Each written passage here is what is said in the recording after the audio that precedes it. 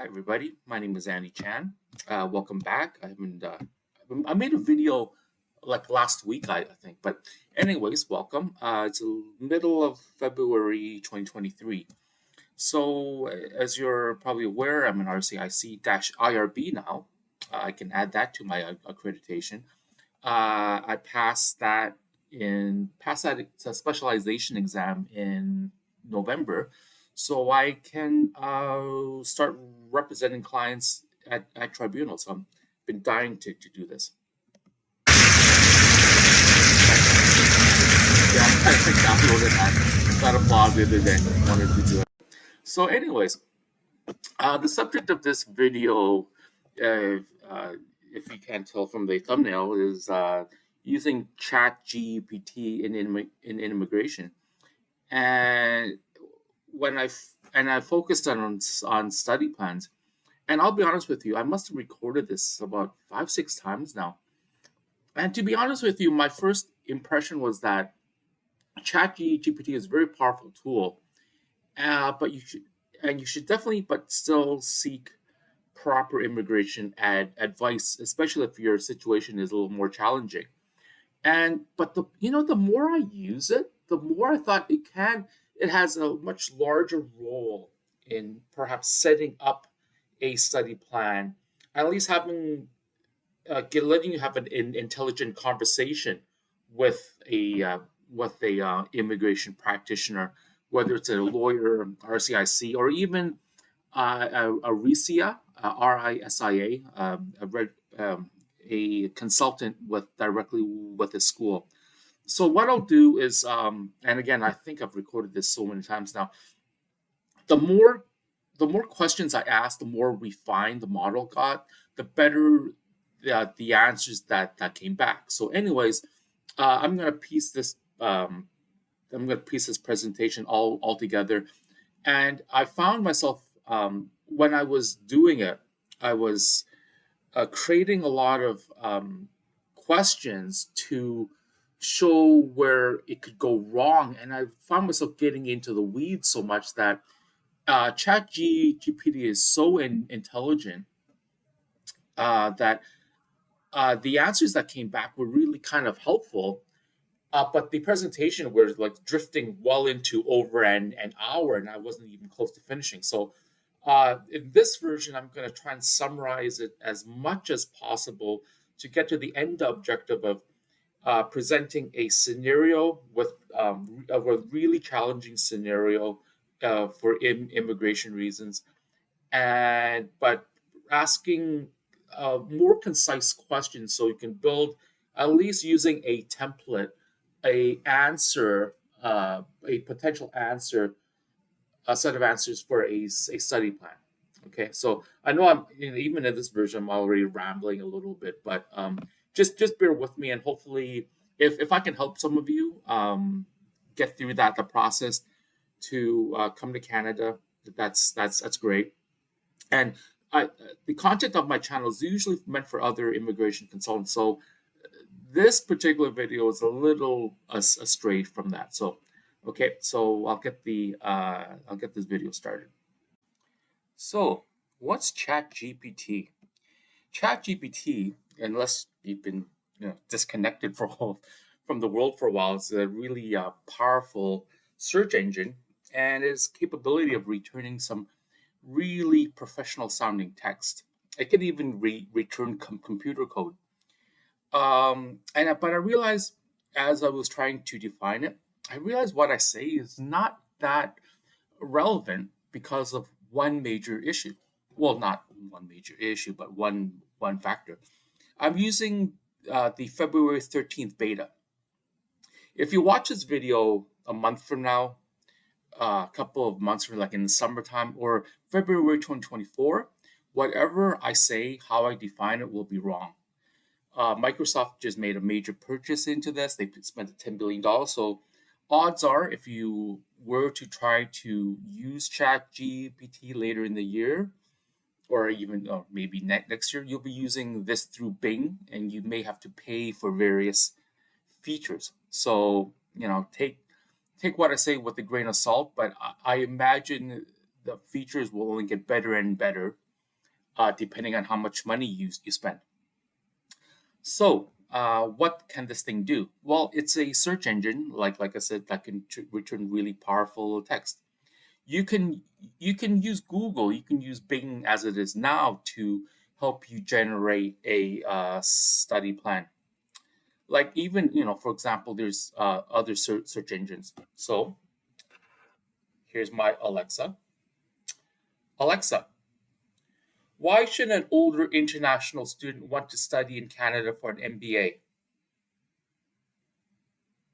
Here's what I found on Canada's Wikipedia page. Education in Canada is for the most part provided publicly, funded and overseen by federal, provincial, and local governments. Education is within provincial jurisdiction and the curriculum is overseen by the province. Alexa, stop.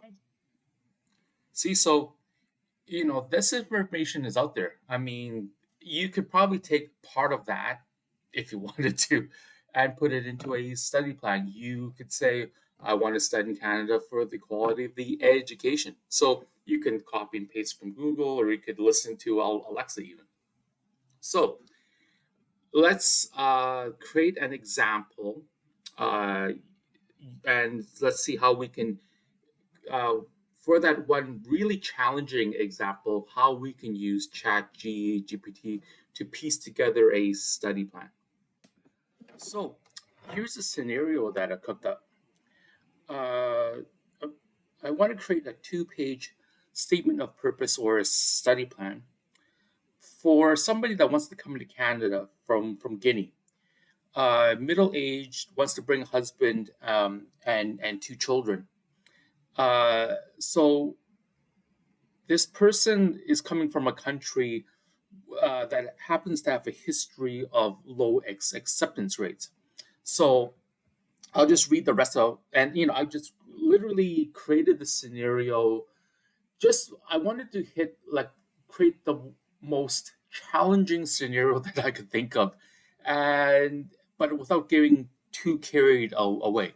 So she had received a Bachelor of Education, only average marks, been a homemaker the last few years, not quite adequate funds, but they can access more.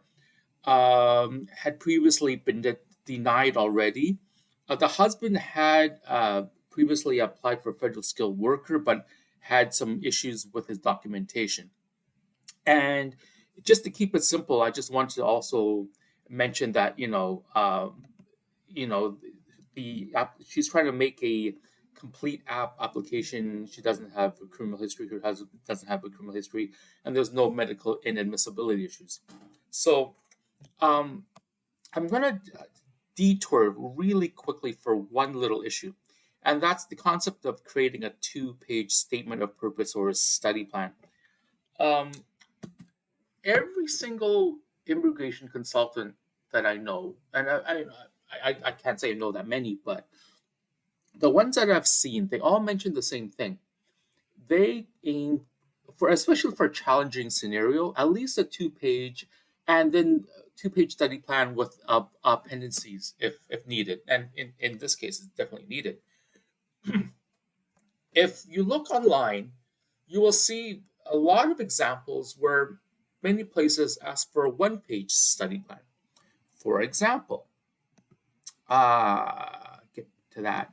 This is a template that UBC made. And they'll say right up front, you should submit a 1-page study plan. And so, if you happen to be an 18-year-old, great grades, really high language scoring, your family is really rich, no criminal, you don't have criminal history, you check off all those boxes, yeah, sure, it's possible. Then if you look over here, this is the study permit for Singaporean nationals, or at least people applying from the Singaporean visa office. On page, I think this is the first page. Let me scroll down really quick. Study plan. Submit a 1-page study plan. So, I mean, frankly, same idea. If your family is like an if your family happens to be like an autobiographical example of the movie Crazy Rich Asians, yeah, you could probably get away with a one-page study permit, let's say one-page study plan. But aside from that, if you have any kind of complicating issues, this is really tough. So in my example, I'm trying to get it down to 2 pages with this scenario. So let's go over what ChatGPT can do at this point in time. So when I was playing around with it, you can ask it questions. It'll render some really well formatted and articulate text. You can actually ask follow-up questions based on the previous question, and it'll remember it. But if you try to just pop this into the text window, hey, create a study plan with for somebody like this, it's not going to work. So the best approach is break down into single issues that you want a clear response to. All right. Some of the other limitations, I try to use it to summarize different legal issues. I try to get it to go to Canly and summarize, for judicial review, what are some of the common reasons for study permit refusal. Didn't know how to do it. It can return text that's really lengthy. One of the objectives of what I'm trying to do is limit the total response down to two pages. And then lastly, and I think this is a work in progress, it will return back erroneous information because ChatGPT built this model. It goes off and retrieves information. If the originating information isn't correct, it can return some really strange results. For example, the other day I read that Google, their BARD version was returning bad results, and I think the Microsoft, their beta version of ChatGPT, also rendered in some erroneous data, including I think it was saying things like prone to violence or something like that. So again, these models are a work in progress. So let me actually another detour really quick. Let me show you something. So here's the normal ChatGPT window. You'll enter in your questions here. If you look into their website, it has a lot of documentation on how the models are how many models there are. So you click on here. I'm using the generic GPT-3 model. These are going to change over time as they're building up the knowledge. So I encourage you, if you're really curious, if you're technically minded, to go to this URL.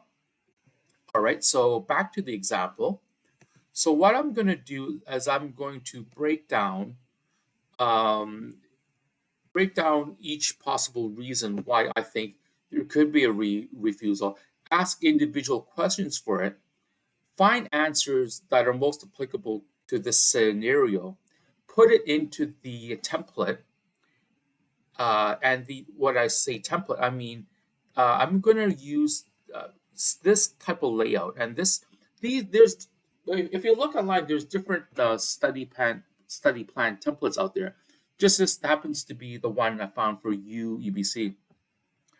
I actually also found other websites that you could buy a template, and I highly discourage you doing that because, if you have a very simple case, if your scenario is really simple, you could attempt to use this.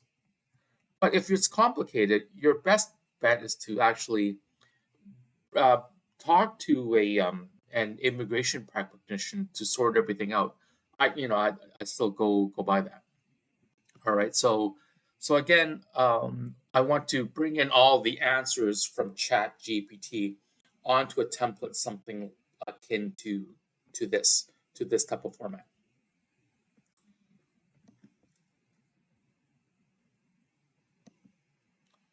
So back to the example I created.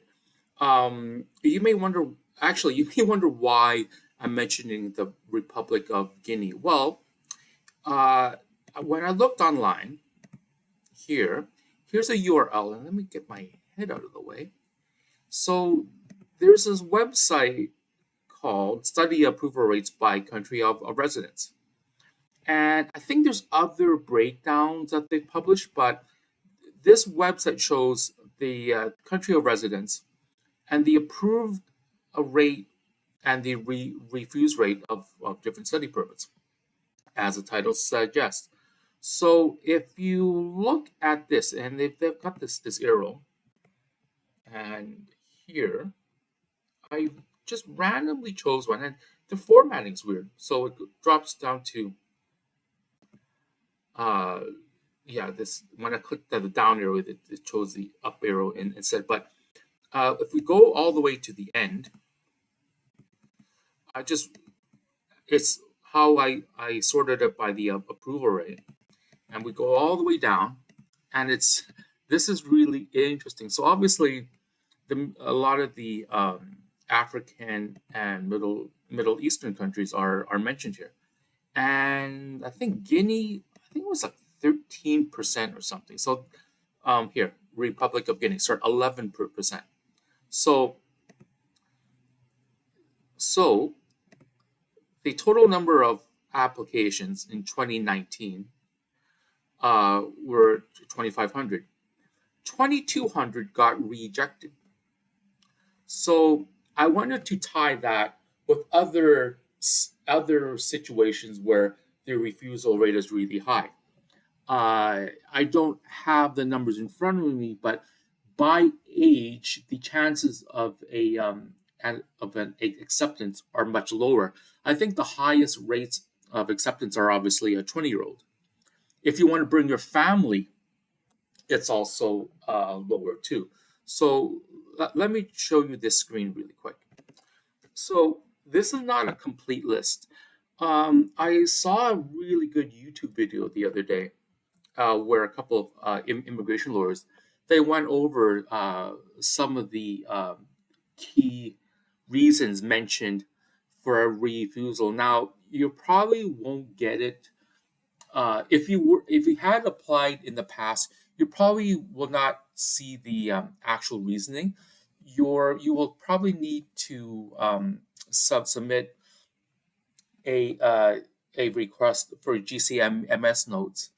And to properly interpret those, I would highly encourage you to seek out an immigration practitioner. But I wanted to just, and this is not a complete list again. I just wanted to highlight some of the reasons that I've seen. So it would be family ties.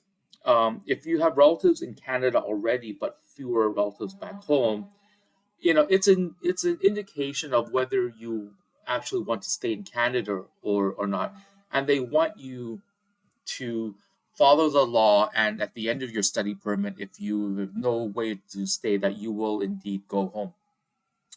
If you have a poor travel history, if you've never traveled outside of your country or been refused for whatever reason for other tourist visas or study permits or whatever they want to know about it, whether you want to bring your family to Canada, and again that ties into your family ties.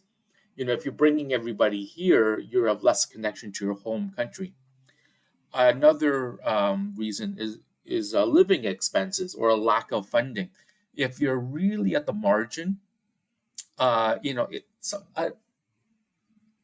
a immigration consultant I saw mentioned, and it's for another visa, but he mentioned that it's almost like a beauty contest. The more money, the better. The more verified money, the better. So if you're right at the margin, they may want you to bring some more documentation. So uh, if you're below the requirement, well, that's obviously going to be an issue too. And much like travel history, if your previous applications to Canada, especially if somebody in your family has applied for like a PR already and had to leave, so if you're trying to come back, well, that's going to be a reason for refusal. If you have weak language scores, and then specifically to the program of choice. Say if you're if you already have a master's degree in, for example, computer science, and you want to come and study for a postgraduate degree, 1 year certification in computer science, that doesn't really make much sense. So that's an obvious sign too. All right, so back to our example, and I'm just going to start using ChatGPT now. So this is what ChatGPT looks like. And I got my little picture-in-picture thing out of the way here. So I'm recording this in the middle of February 2023. If you watch this video a few months from now, or I will definitely by next year, you may see a completely different screen, or you may be accessing ChatGPT through Bing. Okay, so a few minutes ago, I showed a slide just outlining some of the common reasons for visa for study permit rejection. So how I found that out is from ChatGPT itself, and from looking at some other material that some other immigration consultants posted up. So, but why do I do this? I put it in my clipboard, the question that I asked, and just to save everybody the pain of watching me type. And this is the question that I put in.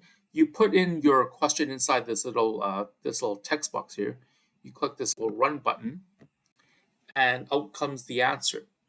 Uh, you'll see that I actually try to ask for two different things: the reasons and the number of reasons. So I wanted to test the limitations. So ChatGPT is printing out in a very nice and clear manner what some of the reasons were, but it said right up on top, it doesn't have access to the actual number. You'll notice that it's printing it out, and it's formatted in a really nice way. You have the option of stopping generation. You also have the option after it's done to regenerate a different response, and I think it'll tweak the answer a little bit. So actually, for example, I'll just run it just so you know. I don't want to I don't want to spend too much time on this again, because by the time you see this, the logic, the model may be a little different. So you'll see the first reason is incomplete application or supporting documents. And the last one is health and security reasons. If we click and regenerate response, you'll see a little panel here that says 2 of 2, and it'll reformat the output. So incomplete application, uh, inadequate financial resources. I'll keep going and going. The last time I did this, I think the last option was a little different. Yeah, and then in this number 5, the inability to prove ties to home country, which is a little different answer than when I first got. So you'll see this 2 of 2. So if you click on this little arrow, you'll go back to the first answer. You click on this arrow, you'll see the second answer. So I'm just going to clear this conversation, and I'll focus on the questions directly pertaining to this particular scenario. So I just want to show the really tough scenario I created for this video. So suffice to say, there's no way you can drop this into ChatGPT and say, create a study plan for me. I mean, if you could do that, a lot of people would be out of a job. So the best approach I've come up with so far, and again, I'm using beta software, is I break apart each individual problem for ChatGPT to generate a table of different sentences for me to then pull apart, put into a Word document, and then that would become my study plan. So having said that, so let's start slowly building up some of the responses. And again, what I've done is I've gone in and I created the sentences beforehand just to save you guys the pain of watching me type. Okay, so back to here. So I cleared everything out, and we're back in the ChatGPT screen. So again, I've came up with a list of questions and commands that fit our scenario. what's missing in this presentation is an explanation of how I came up with these questions and commands. And frankly, it was really a matter of trial and error. Sometimes what I asked was too refined; it couldn't find anything. But then I went back and started with a more generic question, and I slowly filtered down to a question that fit our specific scenario, and ask one specific question about it. And so I'll show you the first one, and we'll build upon that. So one of the things in the sample UBC study plan, and frankly, it kind of permeates throughout uh, the reasons why study permits are refused is an unclear explanation as to what your overall educational goal and why you're not pursuing a similar program in your home country. Again, this template is from UBC on how to write a study plan. So one of the first questions I asked is, and I'll just copy and paste, explain the current state of higher education in the Republic of Guinea. Oh, I need to refresh. It'll do that. Don't be worried. If you have leave the window open for too long, it'll I think it I guess that on the back end it times out. So it'll start uh, pulling up an answer for you. Again, this is based on what's publicly available out there, and it summarizes in a really well formatted set of paragraphs. So, uh, you know, as it's printing out, you already see how you can use some of this use some of this in this particular scenario. So higher education is primarily offered by the country's public universities. One of the biggest challenges facing higher education is the lack of resources, blah, blah, blah, blah, blah, blah. Okay, so that's a pretty good answer, actually. So why don't I follow up with another question here is what what type of higher education is actually needed? And I'm sorry, what type of higher education in Guinea is needed for the country's development? So I'll copy and paste the next question. What higher education programs are most needed for the development of Republic of Guinea? So I really like one of the answers in here, and it fits what we're trying to do. So um, the country looking for healthcare, agriculture, engineering, and business. Well, this particular scenario, um, the candidate wants to study for MBA.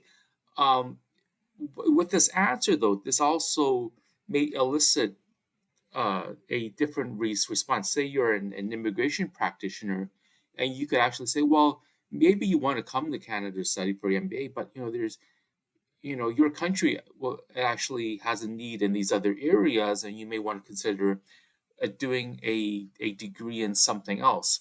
Now that then brings in the question of the whole concept of continuity, like why if you've been a homemaker all these years, do you want to actually come to Canada to study, say, agriculture or something? Well, you can actually maybe come up with the concept of, oh, I want to bring this education back to my home country, start a business in the agricultural field. So here's the answer. Actually, and you know what? This is different from the same, exactly the same question I typed in a couple of days ago. So there's several higher education programs that are important to the Republic of Guinea. Medicine and healthcare, very important. Agriculture, like I just mentioned. I know medicine, there's a lot of DLIs. I know a lot of those, they won't take foreign students. So I need to double check that as well. Note to myself. Engineering. There's obviously a real need, strong need for having the knowledge base to develop infrastructure. And number four, business and entrepreneurship. So again, we can maybe use this sentence in our study plan or part of it. All right. So the next thing I'll do is then uh, focus on the next question, perhaps, and uh, explain why an older student should be allowed into Canada to study. Actually, no. I just realized there's a very similar question that we could maybe uh, ask, and maybe it'll build out another sentence that we could use. And again, you see this pattern now. Uh, ChatGPT is great for eliciting a series of paragraphs, and that's why a lot of universities are worried about plagiarism, because you can take bits and pieces of various answers and put it together to form your own, I guess, your own essay, really. So the next question I will ask is, so the next question I will ask, and I will scroll down the bottom. Explain how Canadian MBA can benefit an international student from Guinea. So I could have asked this right away as the very first question, but I through this process I realized I can use a couple of these sentences, these other sentences for these other questions in this study plan. So my next question is, or my next question is how a Canadian MBA can benefit an international student from Guinea. So here is more of a generic answer, and frankly, this is something you could probably find on Google. And actually, I was able to pull something very similar just by testing Alexa too, verbally. So you can see some of these are generic, but they're actually very useful. Exposure to Canadian business practices, networking, those type of um, answers that are very helpful. Improve language and communication skills. So, if if if your candidate wants to study in English and their English isn't their first language, you may want to ask them. Well, in this particular case, in this particular case, French is the main language in Guinea. So maybe this is an opportunity to ask. Well, maybe your chances are higher if you apply to a school in Quebec. But if this person really wants to learn English and develop her international business skills, well, a sentence like this could be very helpful. And so, of course, you can use a sentence like this to an MBA from a Canadian university can be a valuable investment for an international student from Guinea. And the program can provide access to quality educations, opportunity for networking, so on and so on. So you'll see all my questions and the answers that came with it came into a single chat. You can start a separate chat too on another. I guess I don't want to use the word thread, but maybe that's appropriate on another chat, so that you can build upon the logic of that sequence of commands and questions to build a more refined answer. So to follow up on the previous question of um, how can a Canadian MBA benefit an international student from Guinea, I'll ask, explain, will this program enhance employment opportunities in Republic of Guinea? Now, notice in this particular question, I'm not referencing the word MBA. I ask, will this program, and this is just to show you that within the one chat, it will remember what you asked.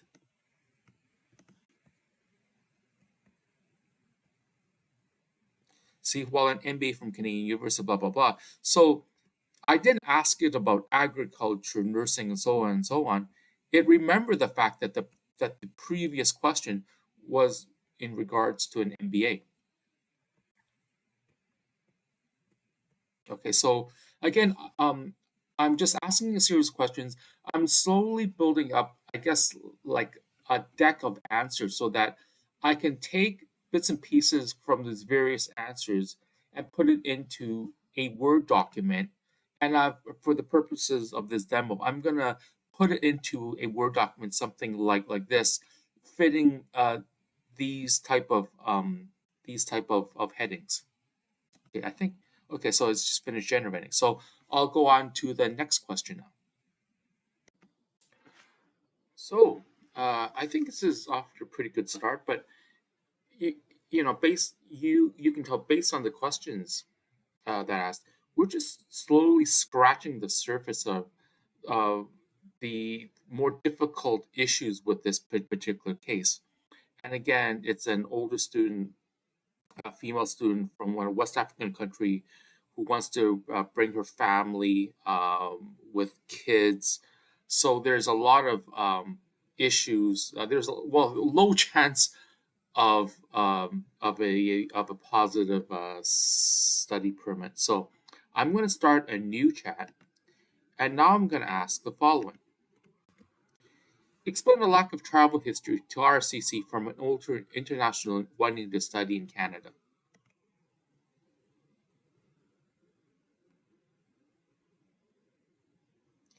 And it's pulling off sources, um, different information sources, and it's really good in how uh, what type of answer you should be providing. So it doesn't really have anything specific for this case. So I'll ask a follow up question, and I'll just let it roll on for 1 second. So it keeps but these are very good general guidelines, right? And actually, while it's doing that, I'll do the following. I'll go into Google and I'll ask the same thing. So I'm not going to click on any of this because these are private companies' websites, but it goes off and it pulls together uh, information from various sources.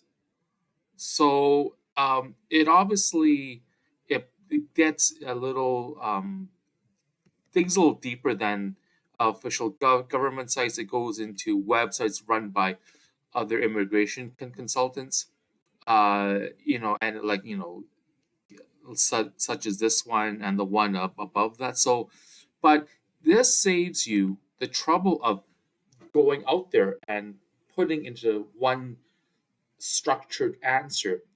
But again, having said that, there could be a bias because it doesn't really check for, I guess, the accuracy of the answer. It just brings it in, and that's why this whole model is in beta still. This whole tool is in beta. So let's follow with that up with another question or another command. But if you scroll through uh, some of the previous answers to explain the lack of travel history, I mean, some of these answers are actually very, very good. So a follow-up question is: what are reasons someone out of work as a homemaker who want to study for an MBA?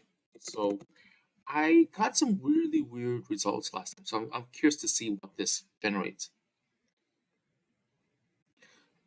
Career advancement. Well, that answer doesn't really fit because she was a homemaker for a while. But if she may have like a business in mind. I would maybe want to do something like entrepreneurship, where if this particular person can can identify a particular business that she wants to go back home and start, that would be uh, more plausible. So the other answers, um, I would say wouldn't really fit this, but you can see. Well, actually, let me get a little more specific. What are some reasons someone out of work as a homemaker would want? So, and I'll just show you what I mean. What are some reasons a um a citizen of Guinea out of work as one was studying for in Canada? So this is getting very, very. Uh, this is looking for a very refined answer, and in my experience so far, you will not get a very clear answer, and it would try to default back to the previous answer.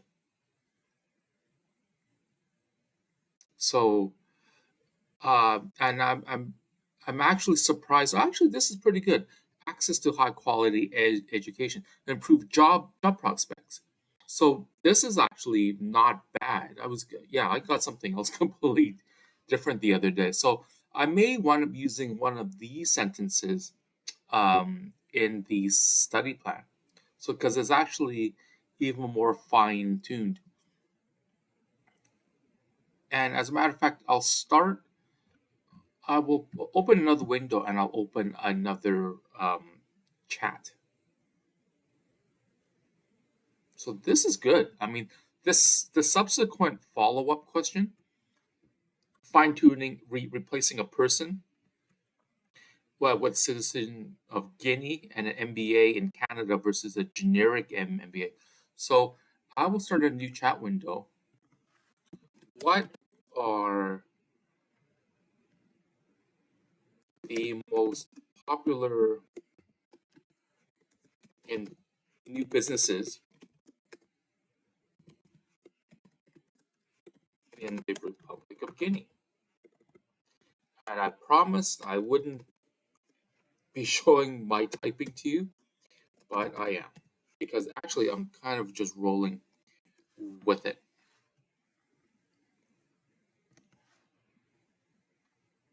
So it's going out. Oh, it actually wasn't able to this time. So then again, it defaults back to a more generic answer. So I'm glad I was able to show you this. So because this is what I was getting a lot of when I was trying to put up a question that was too granular, too specific. So there's like that fine line between too generic and too specific for your situation. And again, I was quite surprised that it actually gave this type of answer out just a second ago. So this is a bit of a dead end, but let's go back to this one. So let's ask it the following question. So now it's not so much a question, but just a command to retrieve information.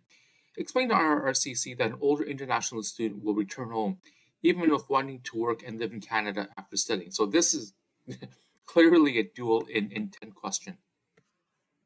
So it goes out, thinks about it, um, and it pulls up this family ties, the strong family ties to the home country, and in this particular scenario I created, the applicant wants to come study in Canada, bringing her husband who had already previously applied for his PR, I guess his family's PR, plus two children.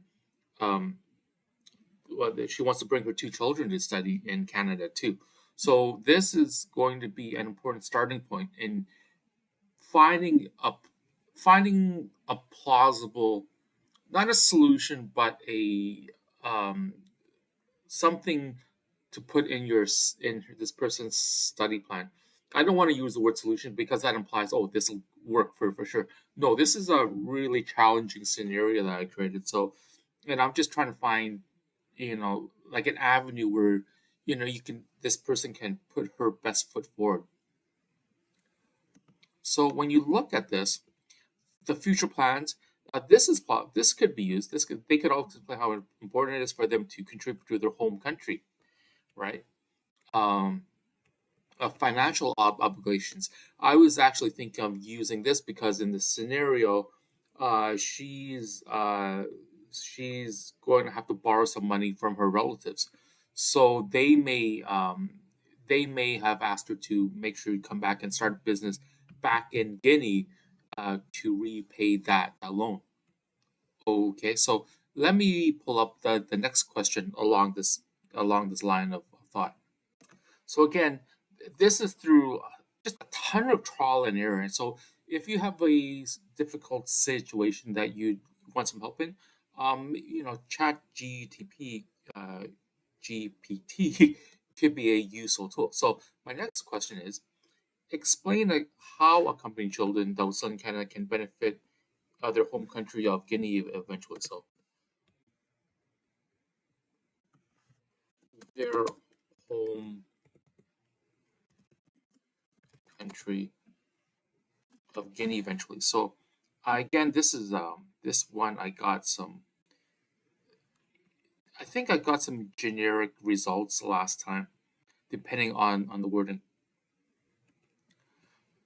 So this is very generic. When they return to Guinea, they can apply this knowledge to various sectors of the economy, exposure to different cultures. So this is actually pretty good. I would probably want to use uh, maybe the first two. And again, this highlights something very important. The template that UBC provided has these questions. It doesn't get into has these questions. It doesn't get into answering every possible scenario for their applicants. In this case, in this case, this person wants to bring her children. Well, she may not be applying to UBC, but in your study plan, don't rely on a template like this because it can't possibly cover every scenario, and that's why I'm trying to emphasize, if your situation is difficult, talk to an immigration practitioner who's aware of these issues, and especially if you previously applied and got rejected for a study permit. Okay, so let's try something else now. Now we're getting into some the even more challenging areas. So I'm gonna click on New Chat, and I'm gonna use the following. And I want to ask about the whole proof of funds and minimum funding. So I'm expecting an answer that ties into this, the proof of financial support. And in this scenario, I'm using the province of Ontario, even though the template I'm using is for UBC. That was the first one that I came up with. But I'm trying to tie into the numbers that this web page shows. So I believe it's for a 12-month period outside Quebec. It's $10,000 first family member, 4,000, and two children, 3,000. So that's for 1 year. So I'm going to try the following. So I copied and pasted. What is the minimum proof of financial for international studying for MBA? Actually, let me change this for a 2-year MBA in Ontario that is bringing a spouse and two children. All right, so I'm going to let it run. And it actually first gave, a very vague answer, but then actually, the last time I tried to do this, it actually gave a pretty good one. So I'm just gonna let it run for a bit. So this sentence I see here. It didn't come up before, so I'm really so surprised. At least $20,000 to $30,000 per year. In terms of financial support, the specific requirements may vary depending on the institution. So this answer is a little different from what I had previously gotten. So I'm going to tweak this a little bit. So I turned off the camera for a second. And the new question is, was the minimum proof of financial support for international student for studying an MBA and Ontario? So I took out the word 2-year, and that actually changed the answer. I got a different answer the last time. International students require proof of, so this same blurb.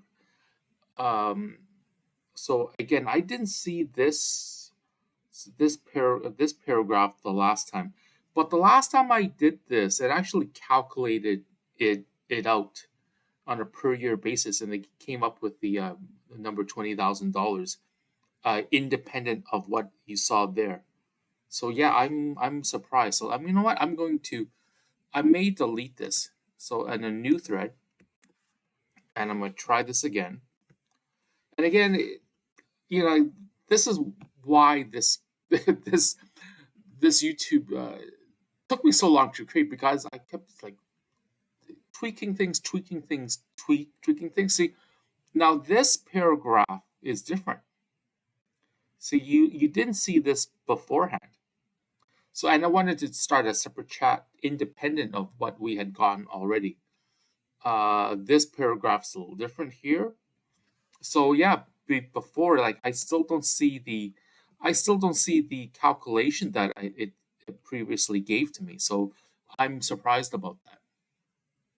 But having said that, the answer here is pretty good. Uh, in that $20,000 is actually what the proper number should be for on a 1 year basis for um, as for proof of funds, not proof of funds, but proof of financial support.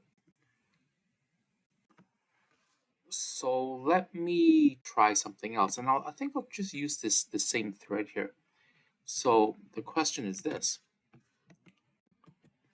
what are the common ways to prove a loan from friends, family, and government organizations from Guinea for an international student in Canada? So let's see how successful it is. Loan agreement. So this would obviously fit a more generic scenario, just like for example, just prove a loan. Doesn't necessarily have to be a student from Guinea, but these are very very good answers. And in the study plan, for this particular scenario, I think the student should consider using one of these or several ways as proof, or one of these different ways as proof. So I think we've covered quite a bit of ground already. So I'm just going to do one more question, and we'll start piecing together all the various answers. So the last thing I will ask is this, and I copied and pasted my question. Explain in a convincing way how someone who applied for permanent resident status in Canada should be allowed in as a temporary foreign worker. So I'll let it run.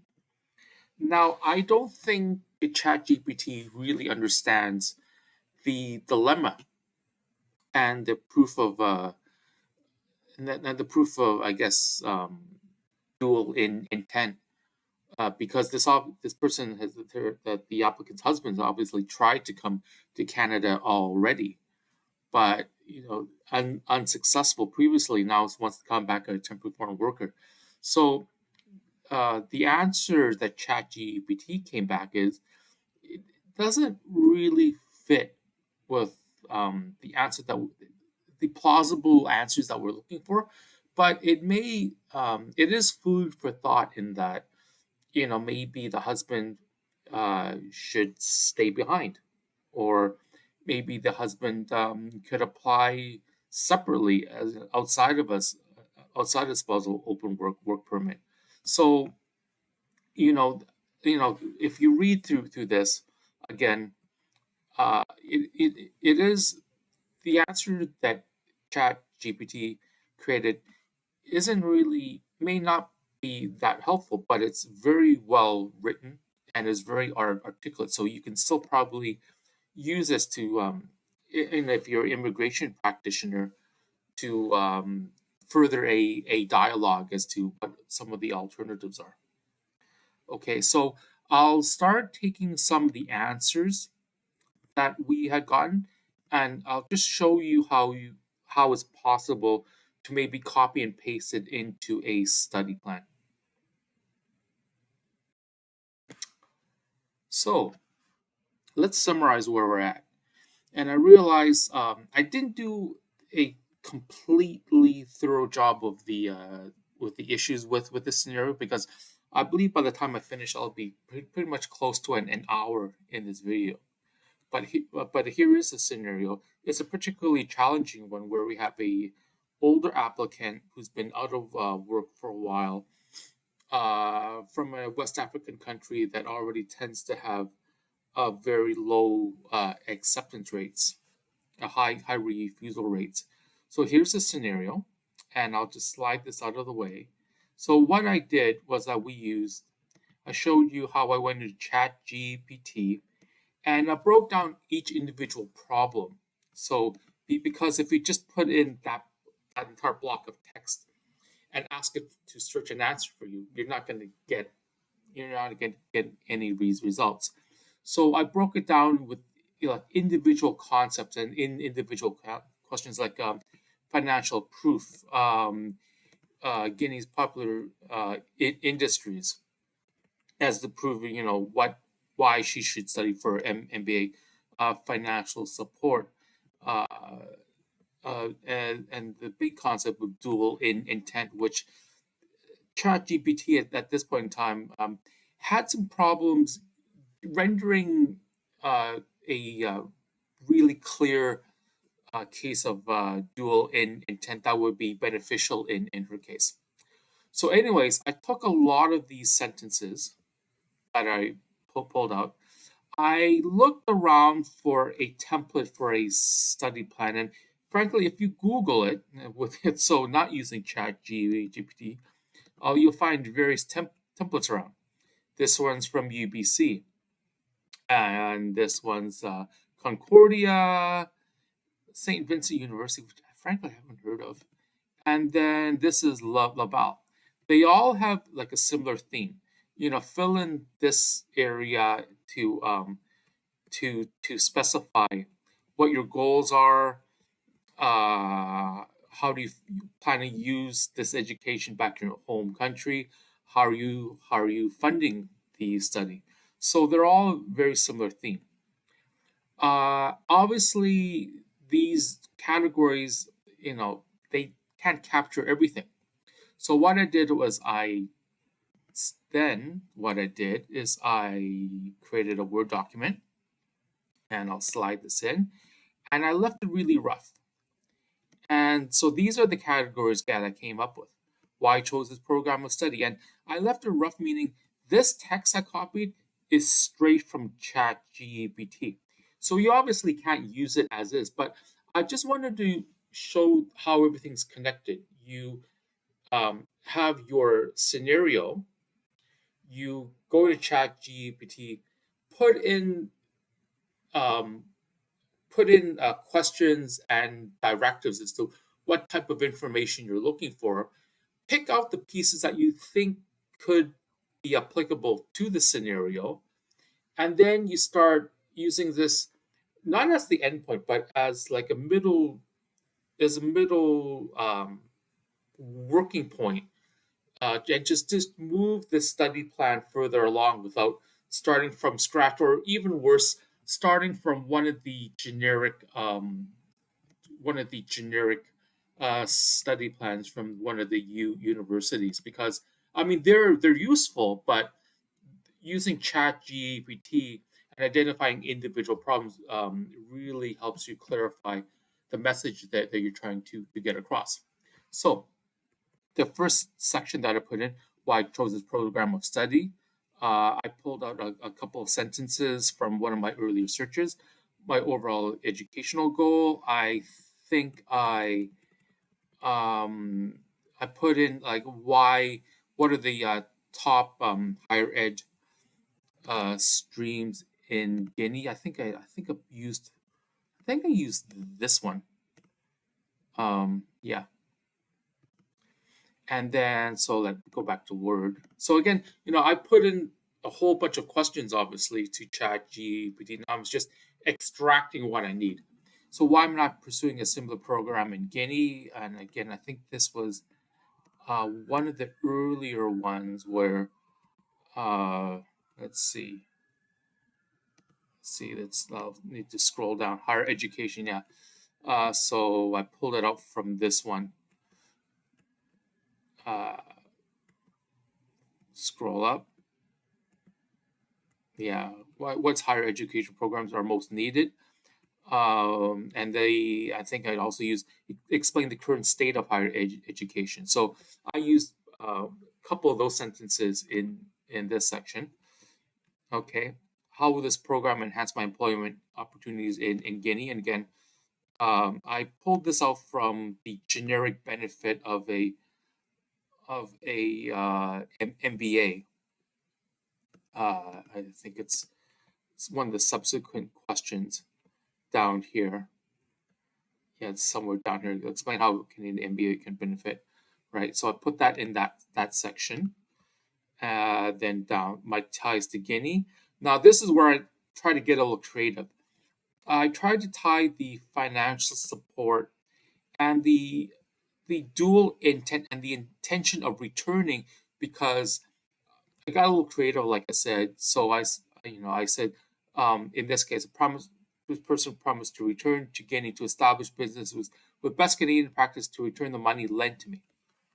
So, I got a little creative. It may not be applicable, but it's if you're an immigration practitioner, that's a conversation worth having.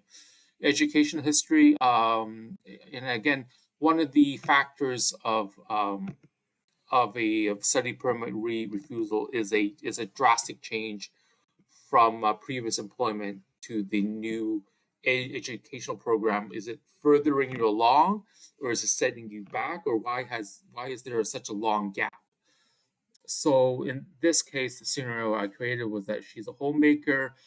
Um, what I didn't put in the chat GPT is because of the fact she was a homemaker, she had to stop, but she had always had a passion, to start her own business. So, she could put in something like this here. All right, and then ultimately this is the tough one: the dual intent, the intention to return to Guinea. I pulled this out from again one of the other passages. She'll return for career opportunities, family, and social ties, even though her family is accompanying her. Uh, I intend on saying, well, they'll take all that education, including her children, back home with them to reestablish themselves. And then funding, again, got a little creative. She got the letter of financial support from the loan, which ties into the intent of returning to her home country. So, yeah, so that's it. I can't believe this is almost an hour, but it is. So I just wanted to show how Chat GPT can be used for a study plan.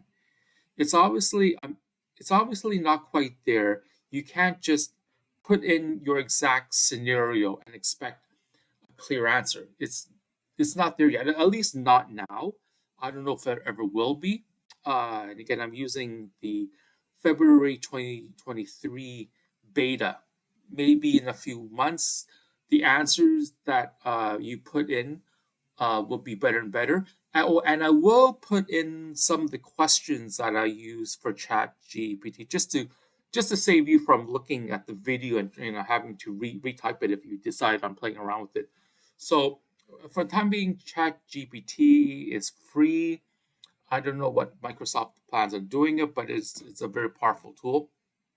Um, and all the searches that I did, you can actually use Google, but the benefit of Chat GPT is that it summarizes everything and it lists everything out so that it's easier for you to pick and choose what pieces of information you want, and they obviously make it mutually exclusive. Like a couple of these could be one website, a couple from another website, but how it presents it's in a very clear format, and there's so far I haven't seen any overlap. So thank you very much for your attention. um, I do want to reemphasize that if you're a student that wanting to come to Canada, uh, do seek professional advice. Don't go off and just like download a study plan. I've seen a couple of websites where some companies are trying to sell template study plans. I don't understand, but frankly, if your case is not very complicated, you can go to one of the schools and you can look at what they suggest. If you have a complicated situation, I definitely encourage you to talk to an immigration practitioner. If you've been previously denied, talk to the immigration practitioner. They can download the GCMS notes and get a much better understanding of where the complications in your situation is and do their best to help you. Don't trust anybody that promises that they can guarantee you success. I know immigration lawyers are allowed to do that, but as a regulated immigration practitioner, I'm absolutely not able to do that. So unless a person is a lawyer, frankly, a Canadian lawyer, yeah, don't stay away from those ghost consultants because all they're doing is they're going online and using one of these templates themselves. So, anyways, hope everybody has a excellent day. See you all soon. Don't know when my next video is going to be. I'll probably go back and do another video on the Excel model that I have. All right, thank you very much, and I'll see you all soon. Bye bye.